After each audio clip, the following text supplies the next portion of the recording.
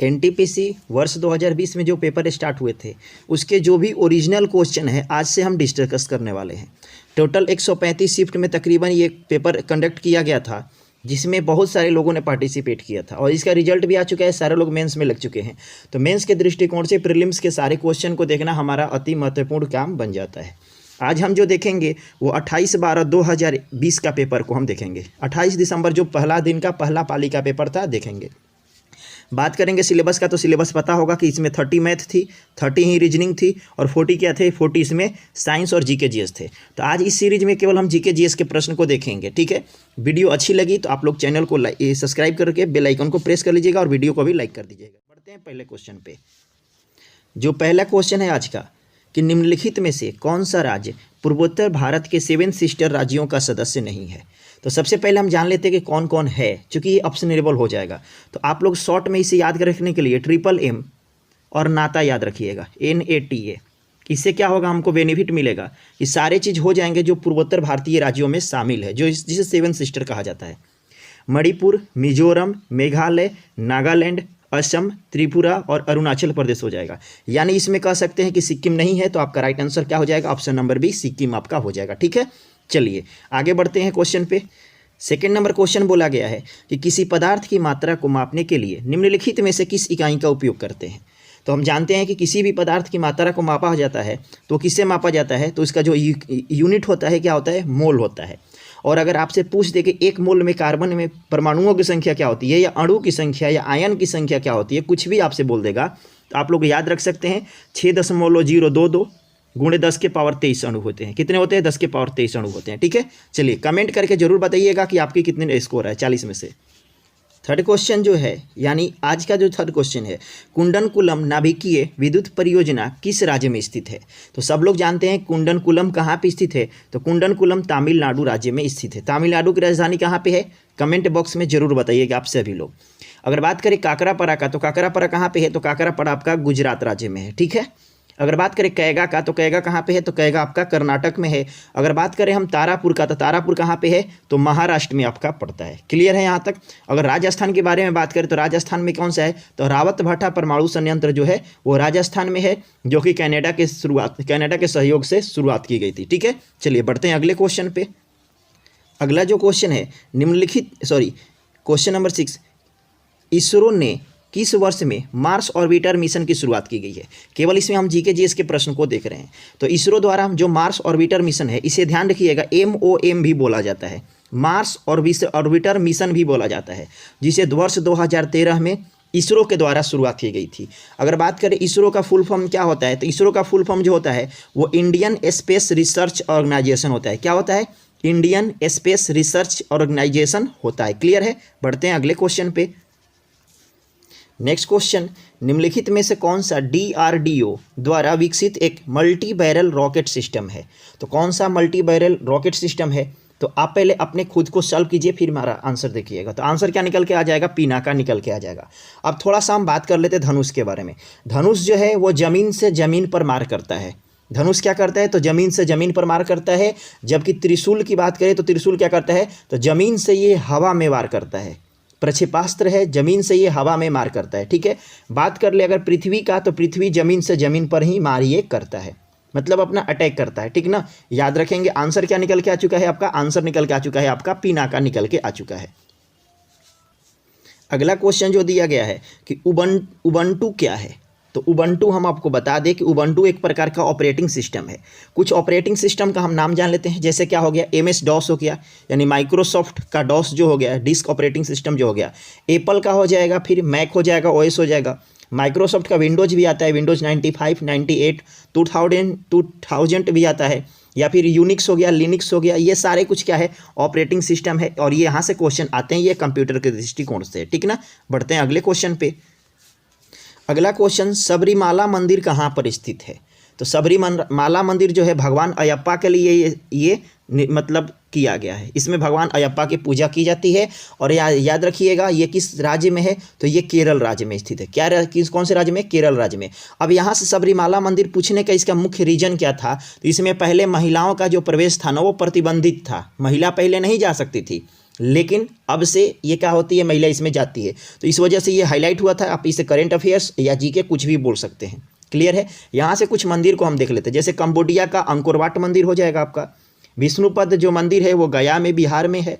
और दिलवाड़ा का जो प्रसिद्ध मंदिर जो है, हमेशा पूछा जाता है, राजस्थान के माउंट आबू पर्वत पर है, जो कि एक प्रकार का जैन मंदिर है। क्लियर है यहाँ तक। चलिए आगे बढ़ते हैं। अगला जो क्वेश्चन है कि निम्नलिखित में से कौन सा स्मारक दिल्ली में स्थित नहीं है। कौन सा स्मारक दिल्ली में स्थित नहीं है, तो हम जान लेते हैं। अलाई दरवाज़ा भी है दिल्ली में, इंडिया गेट भी है दिल्ली में, और हुमायूं का मकबरा भी है दिल्ली में। तो हम कह सकते हैं बुलंद दरवाज़ा दिल्ली में नहीं है। तो बुलंद दरवाज़ा है कहाँ पे, तो बुलंद दरवाज़ा तो है जो है वो फतेहपुर सीकरी में है। कहाँ पे है, फतेहपुर सीकरी में। ये सारी क्लास ये जो क्लास है शाम 7 बजे प्रत्येक दिन आपको मिल जाएगी। अगर आपके सर चर्चे हुए तो हम लाइव डिस्कस भी इसका कर सकते हैं, हम लाइव भी आकर के पढ़ा सकते हैं आपको, ठीक ना, मतलब बता सकते हैं कि कितने आ रहे हैं। चलो आगे थोड़ा बहुत हम जान लेते हैं कि बीबी का मकबरा कहाँ पे है। तो बीबी का जो मकबरा है वो बीबी का मकबरा कहाँ पे है, तो बीबी का मकबरा जो है वो औरंगाबाद में है। और औरंगाबाद कहाँ पे पड़ता है, ये तो महाराष्ट्र में पड़ता है। क्लियर है। अकबर का मकबरा कहाँ पे है, तो अकबर का जो मकबरा है वो सिकंदरा में है। और सिकंदरा कहाँ पड़ता है, तो सिकंदरा आपके यूपी में पड़ते हैं। क्लियर है। और हाँ याद रखिएगा, बुलंद दरवाज़ा का जो निर्माण है, जो कि बुलंद दरवाज़ा का जो निर्माण है वो गुजरात विजय के उपलक्ष्य में करवाया गया था। और किसके द्वारा कराया गया था, तो ये अकबर के द्वारा कराया गया था। अकबर के द्वारा मध्यकालीन इतिहास का फेमस रहा है, ठीक ना। चलिए आगे बढ़ते हैं क्वेश्चन पे। अगला जो क्वेश्चन है कि वर्ष 2019 के लिए 55वें ज्ञानपीठ पुरस्कार से किसे सम्मानित किया गया। तो ये 2019 का एक करंट अफेयर्स बन जाता है, उतना है नहीं लेकिन कुछ जान लेते हैं। ये किसे दिया गया था, तो अकितम अच्युतम नंबूदिरी को दिया गया था। ऑप्शन नंबर बी काफ़ी हाईलाइटेड रहा था। हम आपको बता दें कि ज्ञानपीठ पुरस्कार की शुरुआत कब हुई थी, तो ज्ञानपीठ पुरस्कार की जो शुरुआत हुई थी वर्ष 1965 ईस्वी में हुई थी। कब हुई थी, वर्ष 1965 ईस्वी में ज्ञानपीठ पुरस्कार की शुरुआत हुई थी। क्लियर है। चलिए आगे बढ़ते हैं। क्या दिया गया है कि महात्मा गांधी ने साबरमती से लेकर दांडी तक की प्रसिद्ध नमक मार्च यात्रा शुरू किया था। दांडी गुजरात के किस जिले में पड़ता है, काफ़ी डीपली क्वेश्चन हो जाता है। जनरली सभी लोग तो गुजरात याद रखते हैं। आंसर की बात करें तो आंसर क्या हो जाएगा, नौसारी जिला हो जाएगा, जो कि गुजरात राज्य में पड़ता है। हम आपको बता दें कि महात्मा गांधी द्वारा 12 मार्च 1930 को ये घटना शुरुआत की गई थी। कब शुरुआत की गई थी, 12 मार्च 1930 को इन्होंने शुरू किया था। और गांधी जी के साथ में तकरीबन 78 समर्थक थे। कितने समर्थक थे, 78 समर्थक थे। और इन्होंने 24 दिनों तक अपनी यात्रा लगातार जारी रखा। 24 दिनों में जो उन्होंने दूरी तय किया था वो 384 किलोमीटर की दूरी तय किया था। क्या दूरी, कितना तय किया था, तो 384 किलोमीटर की इन्होंने दूरी तय किया था। क्वेश्चन दिया गया है कंप्यूटर और इंटरनेट के डोमेन में URL का पूर्ण रूप क्या है। तो हम आपको बता दें कि URL का फुल फॉर्म जो होता है, यानी पूर्ण रूप जो होता है, यूनिफॉर्म रिसोर्स लोकेटर होता है। यानी ऑप्शन नंबर सी आप कर सकते हैं, ठीक है। जैसे कि CAD कैड का फुल फॉर्म क्या होता है, ये भी पेपर में पूछा गया था, आगे शायद मिल जाएगा किसी न किसी शिफ्ट में। तो कंप्यूटर एडेड डिजाइन होता है, याद रखिएगा, ठीक ना। चलिए आगे बढ़ते हैं। आप लोगों के कितने आंसर सही हो रहे हैं, 40 में से आउट ऑफ 40 आप लोग कितने ला रहे हैं, मुझे ज़रूर कमेंट करके बताइएगा, ठीक ना। चलिए आगे बढ़ते हैं। अगला जो क्वेश्चन दिया गया है, स्वराज मेरा जन्मसिद्ध अधिकार है और मैं इसे लेकर ही रहूँगा, यह स्टेटमेंट जो है वो किसका है। तो स्वराज मेरा जन्मसिद्ध अधिकार है, मैं इसे लेकर के रहूँगा, ये स्टेटमेंट जो है वो बाल गंगाधर तिलक का है। जैसे कुछ महत्वपूर्ण और स्टेटमेंट है उसको हम ध्यान रखेंगे। इनकलाब जिंदाबाद भगत सिंह का है। साम्राज्यवाद का नाश हो, वो भी किसका है, भगत सिंह का। तो भगत सिंह का क्या निकल के आया, इनकलाब जिंदाबाद और साम्राज्यवाद का नाश हो। जबकि सुभाष चंद्र बोस के द्वारा जो बोला गया था वो ये बोला गया था, तो तुम मुझे खून दो मैं तुम्हें आज़ादी दूंगा। और आगे जो जवाहरलाल नेहरू के द्वारा बोला गया था वो क्या बोला गया था, पूर्ण स्वराज की नारा दी गई थी जवाहरलाल नेहरू के द्वारा। आराम हराम है पंडित जवाहरलाल नेहरू के द्वारा ही कहा गया था, ठीक है। बाकी बात करें कि अगर सरफरोशी की तमन्ना अब हमारे दिल में है, तो ये राम प्रसाद बिस्मिल का ये स्टेटमेंट है। ये सारे स्टेटमेंट को आप हमेशा ध्यान रखेंगे। 1857 की क्रांति से रिलेट करता है, यहाँ से हॉट टॉपिक है NTPC और ग्रुप डी वालों के लिए। ये सारे हॉट टॉपिक है, आप लोग इसे बारीकी से ध्यान रखेंगे।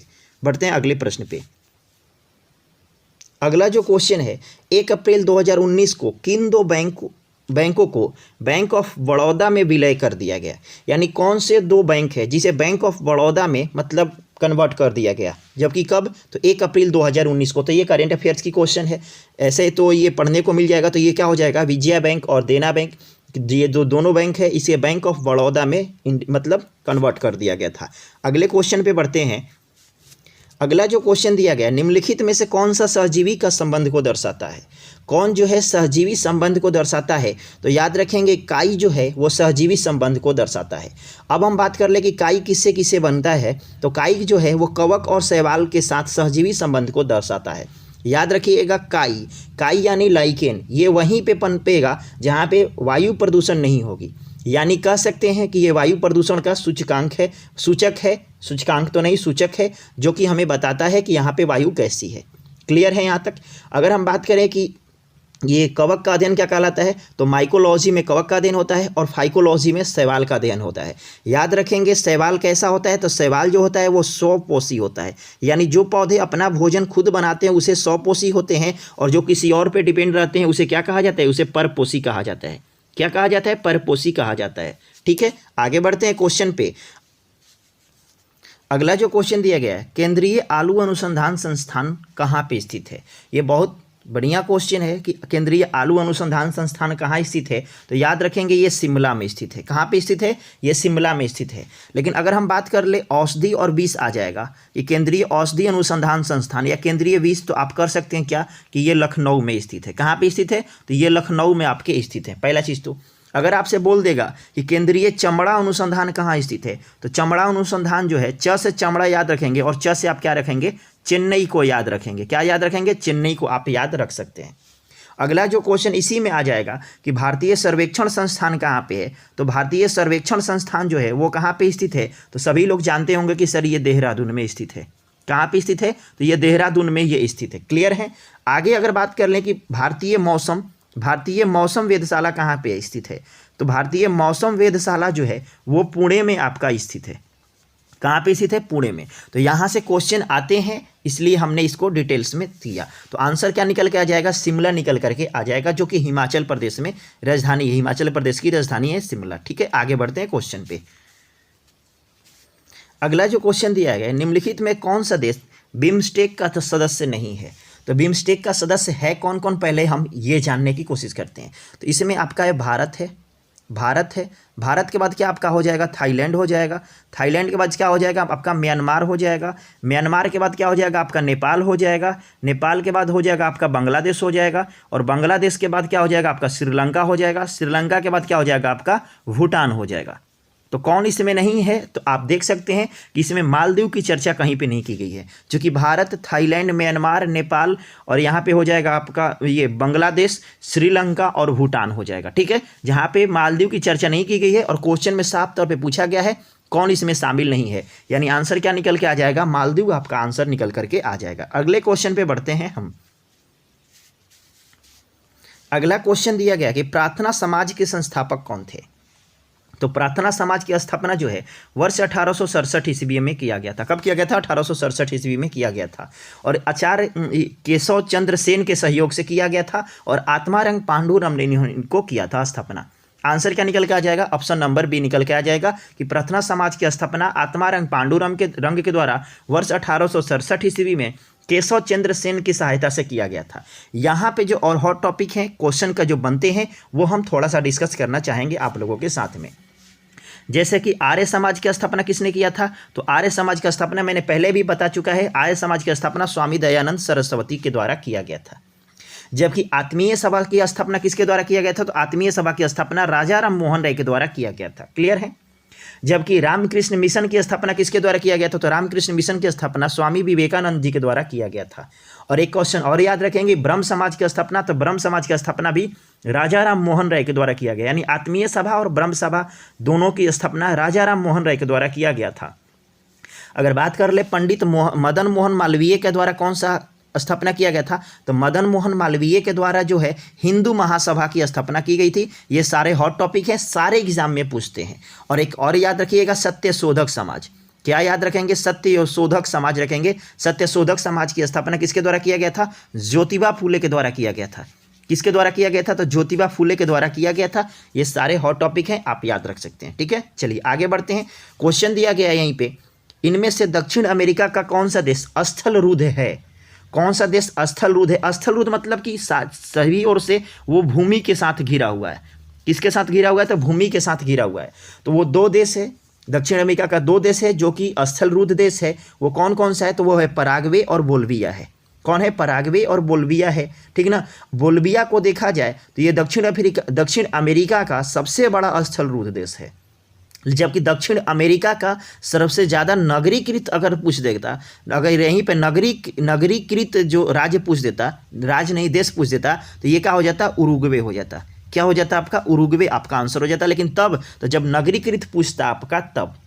और याद रखिएगा यहाँ से एक हॉट टॉपिक है, जो आप इक्वेटर पढ़ते हैं, भूमध्य रेखा पढ़ते हैं, वो ब्राज़ील, इक्वाडोर और कोलंबिया। आप कैसे याद रख सकते हैं, ब्राज़ील, इक्वाडोर और कोलंबिया आप बाइक याद रख सकते हैं, BIK बाइक याद रख सकते हैं। ई से कुछ नहीं होगा, साइलेंट हो जाएगा ई। बाकी ब्राज़ील, इक्वाडोर और कोलंबिया जो है ये भूमध्य रेखा के सबसे निकट में पड़ता है, जो कि किस में है, तो दक्षिण अमेरिका में है। आप याद रख सकते हैं। हिंदी में इसको सबसे अच्छा याद रखिएगा, बाइक ऐसे याद रखिएगा, सबसे अच्छा रहेगा बाइक। बास हो जाएगा ब्राज़ील, इक्वाडोर और कोलंबिया आपका हो जाएगा, कोड हो जाएगा। बाकी सबसे ज़्यादा जो नगरीकृत देश हो गया वो उरुग्वे हो गया, और ये पराग्वे और बोल्विया क्या हो गया, स्थलरूढ़, और सबसे बड़ा स्थलरूढ़ कौन सा हो गया, बोल्विया हो गया। क्लियर है, आगे बढ़ते हैं। अगला क्वेश्चन ये हो, विश्व पर्यावरण दिवस 2020 के लिए संयुक्त राष्ट्र द्वारा घोषित थीम का नाम क्या था। यानी पर्यावरण दिवस का जो थीम दिया गया था वर्ष 2020 में, उसी को आपको बताना है। तो ये था जैव विविधता था, यानी बायोडाइवर्सिटी था, यानी ऑप्शन नंबर ए हो जाएगा। बाकी विश्व पर्यावरण दिवस की बारे में बात करें तो ये प्रत्येक साल कितने तारीख को मनाया जाता है, तो ये प्रत्येक साल जो है 5 जून को मनाया जाता है।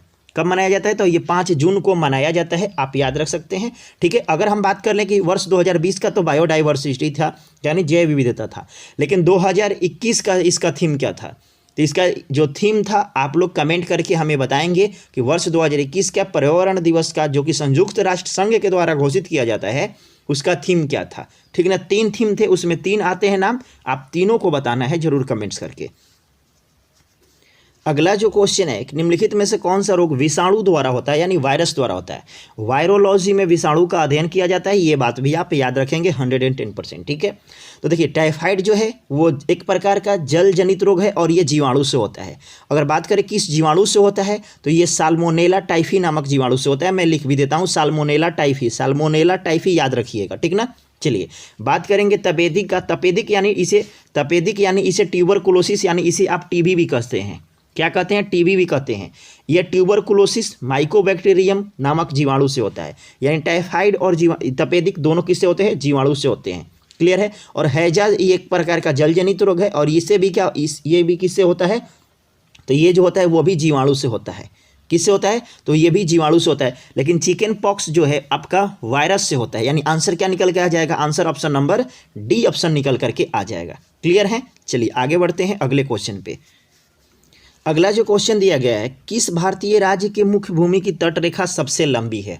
हर बार क्वेश्चन देता है कि किसकी ज़्यादा लंबी है, तो हम सभी लोग जानते हैं कि गुजरात राज्य की तटरेखा सबसे ज़्यादा लंबी है। लेकिन अगर आपसे ये पूछ देता कि लंबी के स्थान पे अगर लगा देता सबसे छोटी किसकी है, कि किस भारतीय राज्य की तटरेखा, मुख्य भूमि की तटरेखा जो है वो सबसे छोटी है, तो याद रखेंगे ये गोवा राज्य की भूमि जो है वो सबसे छोटी है, जबकि गुजरात राज्य की भूमि क्या है, सबसे बड़ी है तटरेखा के दृष्टिकोण से। लेकिन यही अगर प्रायद्वीपीय भारत लगा देता कि प्रायद्वीपीय भारत में सबसे लंबा तटरेखा किसका है, तो याद रखिएगा उस समय इसकी एक आंसर हो जाता आंध्र प्रदेश आंसर हो जाता है। हम एपी शॉर्ट लिख दिए हैं, आप अरुणाचल प्रदेश इसे ना समझे, ये हमने लिखा है आंध्र प्रदेश। प्रायद्वीपीय भारत की सबसे लंबी तटरेखा वाला जो राज्य है वो आंध्र प्रदेश होता है। क्लियर है। अब यहाँ से थोड़ा सा हम जान लेते हैं कुछ और जानकारी को।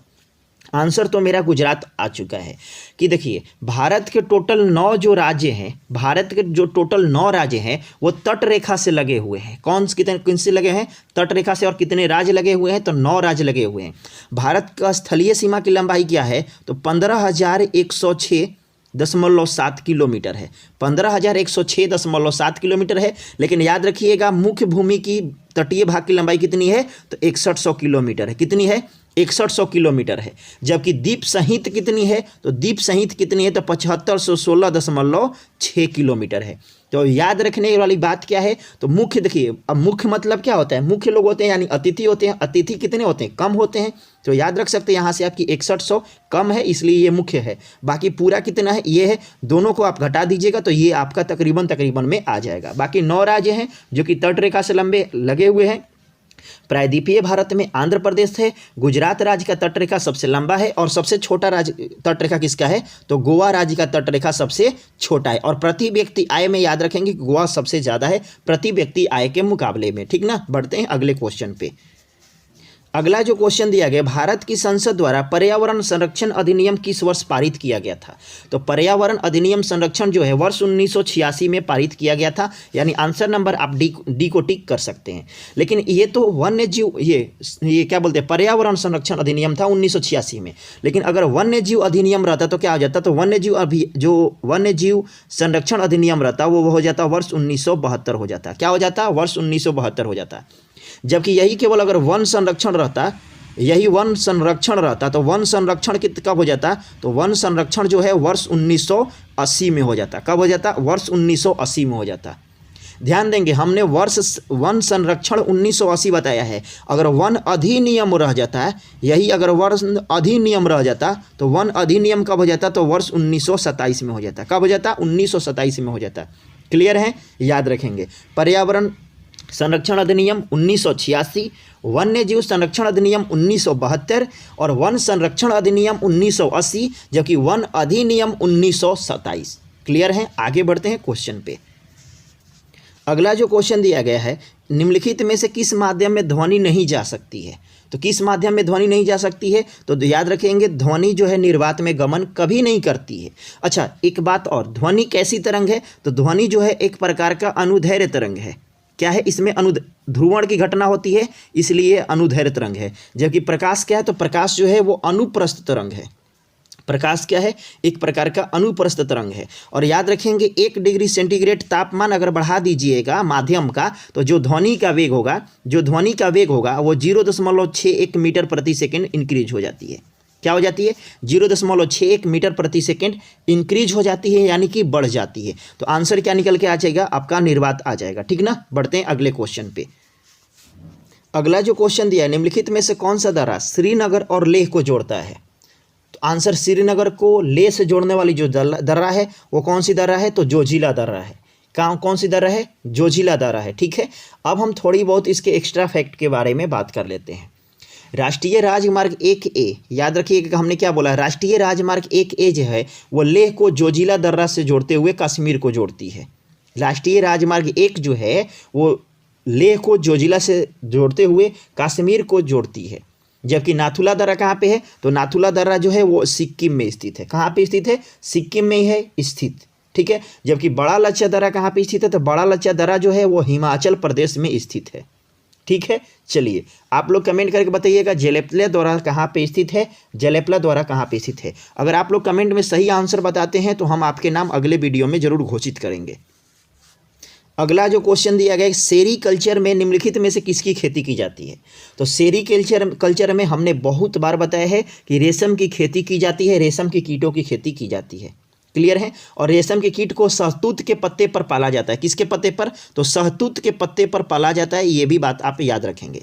बाकी मछली पालन के बारे में आप लोगों को पता होगा कि एपीकल्चर में मछली पालन होता है, एपीकल्चर में मधुमक्खी पालन होता है। रुक जाइए, मछली पालन का अध्ययन पीसीकल्चर कहलाता है, आपका पीसीकल्चर कहलाता है। एपीकल्चर में मधुमक्खी का अध्ययन कहलाता है, और निथोलॉजी में पक्षी का अध्ययन कहलाता है, और मधुमक्खी का अध्ययन हमने बता ही दिया कि एपीकल्चर में मधुमक्खी का अध्ययन किया जाता है। देख सकते हैं यहाँ पे ये सेट है, ठीक ना, इसी का हम डिस्कशन कर रहे होते हैं। अगला जो क्वेश्चन दिया गया, सामान्य तौर पर केंद्रीय प्रवृत्ति को मापने में सबसे उपयुक्त औसत मूल्य क्या है। तो औसत मूल्य बोला है, यानी कि हमको बोल रहा है कि आप बताइए कि माध्य क्या है। आंसर क्या हो जाएगा, माध्य। माध्य बराबर क्या होता है, तो कुल संख्याओं का योग होता है। कुल संख्याओं का योग होता है, बटे में क्या होता है, कुल संख्या होता है। क्या होता है, कुल संख्या बटा में होता है, ठीक ना, याद रखेंगे। आंसर क्या निकल के आ जाएगा, माध्य निकल करके आ जाएगा। अगला जो क्वेश्चन दिया गया, महारत्न केंद्रीय सार्वजनिक क्षेत्र उपक्रम की सूची में निम्नलिखित में से कौन सी कंपनी शामिल है। यानी महारत्न कंपनी में कौन शामिल है, तो कौन कौन है, ये तो काफ़ी लंबा हो जाएगा। याद रखिएगा पहले जो था वो 10 था, लेकिन एक अभी इंक्रीज हो गया, टोटल कितने महारत्न कंपनी हो गए? टोटल महारत्न कंपनी की संख्या हो गया 11, जबकि नवरत्न कितने हो गए हैं? तो नवरत्नों की संख्या कितनी है? तो 14, इसमें कोई परिवर्तन नहीं है। और 73 क्या है? तो 73 आपके मिनी रत्न हैं। और अगर आंसर की बात करें तो आंसर जो है वो कोल इंडिया लिमिटेड जो है ये एक प्रकार का नवरत्न कंपनी के अंतर्गत आता है, न कि महारत्न कंपनी के अंतर्गत आता है। बाकी कोल इंडिया लिमिटेड का स्थापना पूछा जाए कि स्थापना कब हुआ कोल इंडिया लिमिटेड का, तो इसका जो स्थापना है वर्ष 1975 में होता है। और इसका हेडक्वार्टर कहाँ पे है? इसका हेडक्वार्टर जो है वो कोलकाता में स्थित है। कहाँ पे है? कोलकाता राज्य में स्थित है, पश्चिम बंगाल में स्थित है। पश्चिम बंगाल में कोलकाता पड़ता है, ठीक है ना। आगे बढ़ते हैं। अगला जो क्वेश्चन दिया गया, भारत के किन 2 शहरों के बीच पहली high speed train Vande Bharat express? याद रखिए कौन सा ट्रेन है? वंदे भारत एक्सप्रेस। इसको याद रखेंगे, ट्रेन 18 भी कहा जाता है। क्या कहा जाता है? ट्रेन 18 भी कहा जाता है, याद रखेंगे, ठीक है। और ये किसके किसके बीच चली थी? तो ये नई दिल्ली से वाराणसी में चली थी। यानी आंसर क्या हो जाएगा? आंसर ऑप्शन नंबर डी को आप टिक कर सकते हैं, ठीक है। चलिए आगे बढ़ते हैं क्वेश्चन पे। अगला जो क्वेश्चन दिया गया है कि चित्रकला की पटचित्र शैली निम्नलिखित में से किस राज्य में सबसे पुरानी और लोकप्रिय है? तो किस राज्य की सबसे पुरानी और लोकप्रिय है? तो ये है उड़ीसा राज्य की। किसकी है? उड़ीसा राज्य की स्थित है। याद रखेंगे, राजस्थान का जो चित्र कला है वो क्या कहलाता है? तो मांडना कहलाता है। क्या कहलाता है? मांडना कहलाता है, मांडना कहलाता है। जबकि हम बात करें बिहार का, तो बिहार का तो लोक कला जो है वो क्या है? मधुबनी पेंटिंग है। मधुबनी पेंटिंग है, आप सभी लोग जानते होंगे, मुझे बहुत अच्छे से उम्मीद है, ठीक ना। अगर हम बात कर ले आगे कि आंध्र प्रदेश के क्या है, तो आंध्र प्रदेश का जो है वो बुर्रा कथा है। क्या है? बुर्रा कथा है, जो कि आंध्र प्रदेश का है, ठीक है। आगे बढ़ते हैं क्वेश्चन पे। अगला जो क्वेश्चन दिया गया है कि निम्नलिखित में से कौन भारत के सबसे युवा राष्ट्रपति थे? तो कौन थे? तो नीलम संजीव रेड्डी जो थे वो सबसे युवा राष्ट्रपति थे। और तकरीबन 60+ एज में ये बने थे, फिर भी ये युवा घोषित हुए थे। याद रखेंगे इस बात को। राष्ट्रपति का जो प्रावधान है अनुच्छेद नंबर 52 में राष्ट्रपति का प्रावधान है। राष्ट्रपति का जो शपथ है वो ये मुख्य न्यायाधीश दिलवाते हैं और उपराष्ट्रपति को अपना त्यागपत्र ये देते हैं। क्लियर है। जबकि प्रतिभा देवी सिंह पाटिल को याद रखिएगा, प्रतिभा देवी सिंह पाटिल को, कि ये जो थी पहली महिला राष्ट्रपति थी, पहली महिला राष्ट्रपति थी प्रतिभा देवी सिंह पाटिल। जबकि युवा राष्ट्रपति ये हो गए आपको। और अगर ये बात कर देगा कि निर्विरोध राष्ट्रपति, तो भी हो जाएंगे क्या? तो नीलम संजीव रेड्डी ही हो जाएंगे। क्या हो जाएंगे? नीलम संजीव रेड्डी ही हो जाएंगे, जो कि निर्विरोध राष्ट्रपति एक बार चुने गए थे, ठीक है। आगे बढ़ते हैं अगले क्वेश्चन पे। अच्छा हाँ, थोड़ा सा राजेंद्र प्रसाद ये जो थे वो प्रथम राष्ट्रपति थे। ये प्रथम राष्ट्रपति थे। देखिए फ्रेंड्स, ये फर्स्ट टाइम हम रिकॉर्डेड वीडियो को हम मतलब डिस्क्राइब कर रहे हैं, क्योंकि हम लाइव क्लास लेते हैं। अगर कुछ मिस्टेक होती होगी तो आप क्षमा कर दीजिएगा मुझे, और कमेंट में बता दीजिएगा जरूर। अगला जो क्वेश्चन दिया गया है कि इंटरनेशनल कोर्ट ऑफ जस्टिस का हेडक्वार्टर कहाँ पे स्थित है? इंटरनेशनल कोर्ट ऑफ जस्टिस का जो हेडक्वार्टर है वो नीदरलैंड में आपका स्थित है। लेकिन नीदरलैंड तो है नहीं, तो नीदरलैंड का आपका स्थान दिया है ना, द हेग। ये आंसर हो जाएगा, द हेग हो जाएगा। याद कीजिएगा, इंटरनेशनल कोर्ट ऑफ जस्टिस यानी अंतर्राष्ट्रीय न्यायालय। अंतर्राष्ट्रीय न्यायालय की स्थापना कब हुई थी? तो वर्ष 1945 में हुई थी। कब हुई थी? वर्ष 1945 ईस्वी में हुई थी। और इसमें न्यायाधीश की संख्या कितनी होती है? तो न्यायाधीश की संख्या जो होती है 15 न्यायाधीश होते हैं। और प्रत्येक का जो कार्यकाल होता है वो कितने वर्षों का होता है? तो कार्यकाल जो होता है वो होता है 9 वर्षों का होता है। क्लियर है यहाँ तक? आगे हम बात करें कि जो अंतर्राष्ट्रीय न्यायालय है, उसकी सरकारी भाषा क्या है? तो सरकारी भाषा जो है फ्रेंच है और साथ साथ इंग्लिश है। फ्रेंच है और साथ साथ इंग्लिश है। फ्रेंच के साथ साथ क्या है? इंग्लिश है। क्लियर है? आगे बढ़ते हैं। चलिए अगला जो क्वेश्चन दिया गया, गोबी मरुस्थल निम्नलिखित में से किस महाद्वीप में स्थित है? तो गोबी मरुस्थल जो है वो सबसे बड़ा मरुस्थल भी है और एशिया में ये स्थित है। यानी आंसर क्या निकल के आ जाएगा? एशिया। मिस्र के हिब्रू भाषा के आंसू शब्द से एशिया की उत्पत्ति हुई है, ये बात भी याद रखेंगे। बात करेंगे गोबी मरुस्थल का विस्तार जो है, तो गोबी मरुस्थल का जो विस्तार है वो मंगोलिया और चीन में पड़ता है। कहाँ पड़ता है? मंगोलिया और चीन पड़ता है। अगर हम अफ्रीका की बात करें तो अफ्रीका में कालाहारी मरुस्थल पड़ता है, जो कि बोत्सवाना में आपका पड़ता है। ठीक है, याद रखेंगे। और एक बात और याद रखेंगे जो सबसे ज़्यादा बार पूछा जाता है, क्या? तकला मकान मरुस्थल। कि तकला मकान मरुस्थल कहाँ पे? तकला मकान मरुस्थल जो कि है कहाँ पे स्थित है? तो ये चीन में है। कोरोना का जगह याद रखिएगा, हो जाएगा आंसर। अगला जो क्वेश्चन दिया गया कि राजतरंगिणी के लेखक कौन है? तो राजतरंगिणी के जो लेखक हैं वो कलहन है। कौन है? कलहन है। यहाँ से हम कालिदास की कुछ कुछ महत्वपूर्ण चर्चा को देख लेते हैं।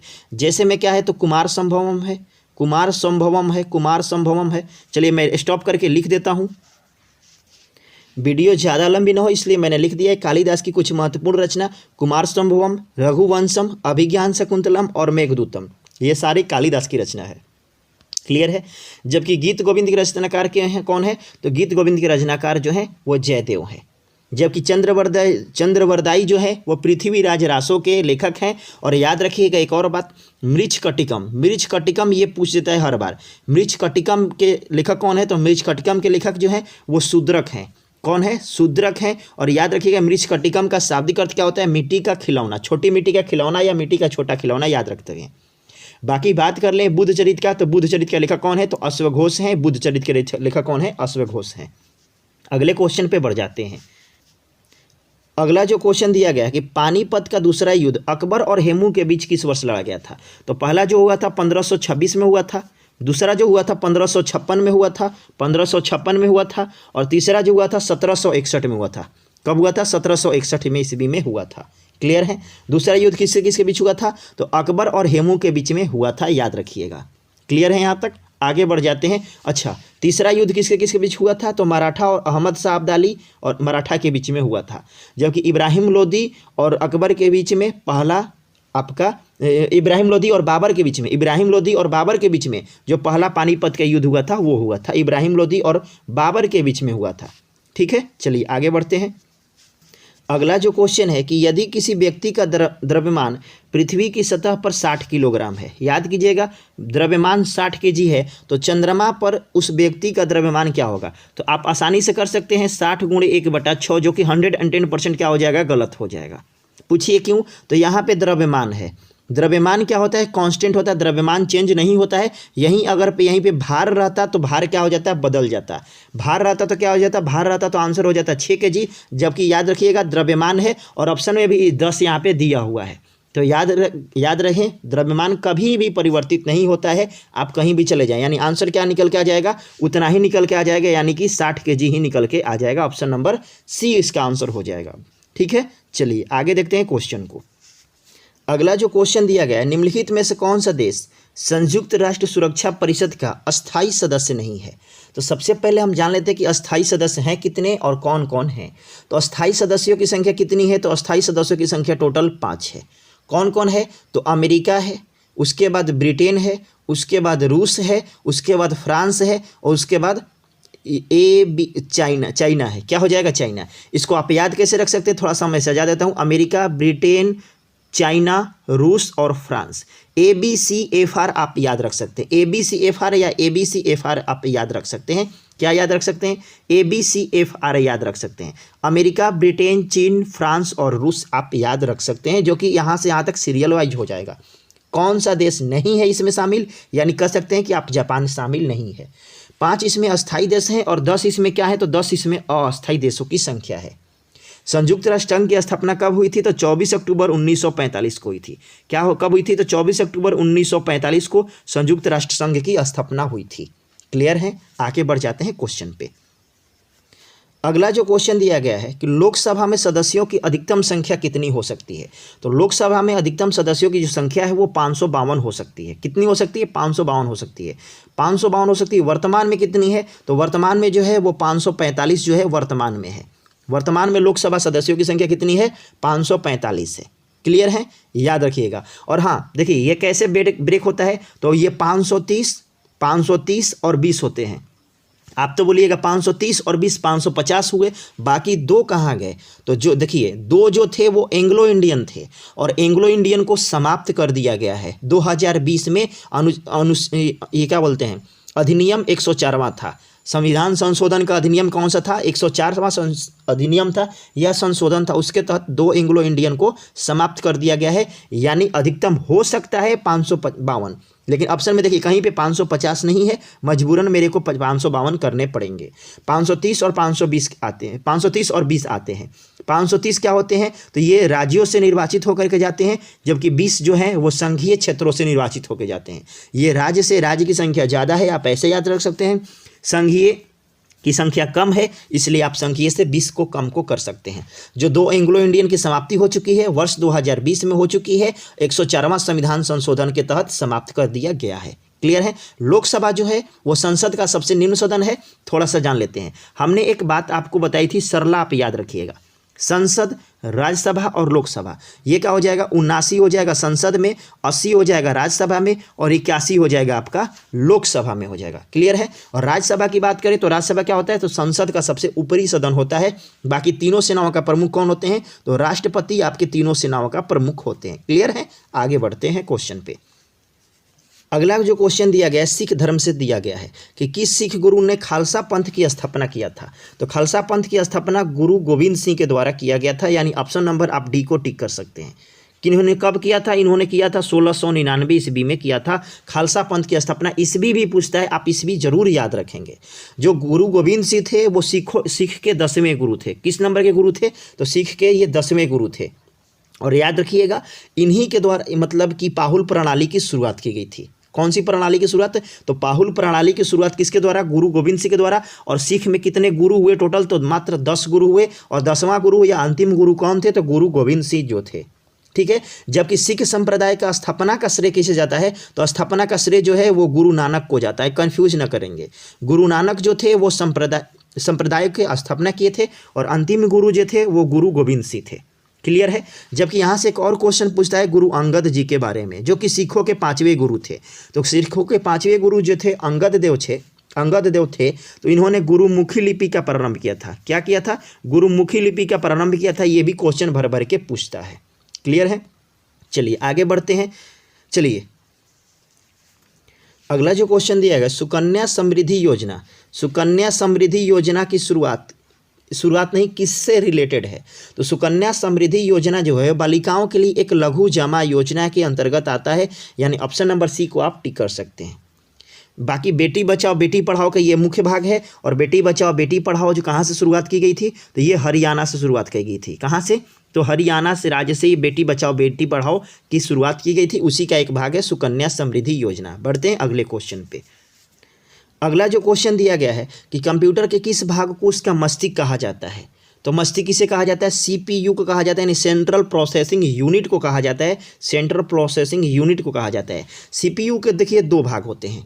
पूछिए कौन कौन, तो एक जो होता है वो ALU होता है, यानी अर्थमेटिक लॉजिक यूनिट होता है। और जो दूसरा होता है वो होता है LU होता है, यानी लॉजिक यूनिट होता है। अगर देखिए अगर आप डिस्कशन चाहते हैं कि डिस्कशन हम ना कराएं, केवल क्वेश्चन और आंसर करा दें, तो आप एक बार जरूर कमेंट्स कर दीजिएगा कि डिस्कशन को रोक दीजिए, केवल क्वेश्चन और आंसर करा दीजिए। ठीक ना, हम कर देंगे वैसा ही। जैसा कमेंट आएगा आप लोग कमेंट जरूर कीजिएगा। तो ये आज की क्लास की आखिरी क्वेश्चन थी। यहीं क्वेश्चन नंबर 84 तक ये लास्ट किए हैं एग्जामिनर साहब द्वारा। और इसके बाद कोई नहीं दिया गया है। तो आपको ये सेशन कैसा लगा ज़रूर हमें कमेंट करके बताएं। और सभी लोगों के पास इसे हो सके तो शेयर करें। चैनल पे पहली बार हैं तो सब्सक्राइब करके बेल आइकन को प्रेस कर लें और साथ में एक बार ज़रूर आप लाइक बटन को हिट कर दें। और अगर आप चाहते हैं कि हम लाइव आकर के इस चीज़ को डिस्कस करें तो हमें कमेंट्स ज़रूर करें कि आप लाइव आकर के डिस्कस कीजिए। ठीक ना, मैं कमेंट्स कि आपका वेट करूँगा। जैसा कमेंट आएगा वैसा मैं काम करूँगा आगे। ठीक ना, मिलते हैं अगले क्लास में। फिर हमें दीजिए इजाज़त। नमस्कार।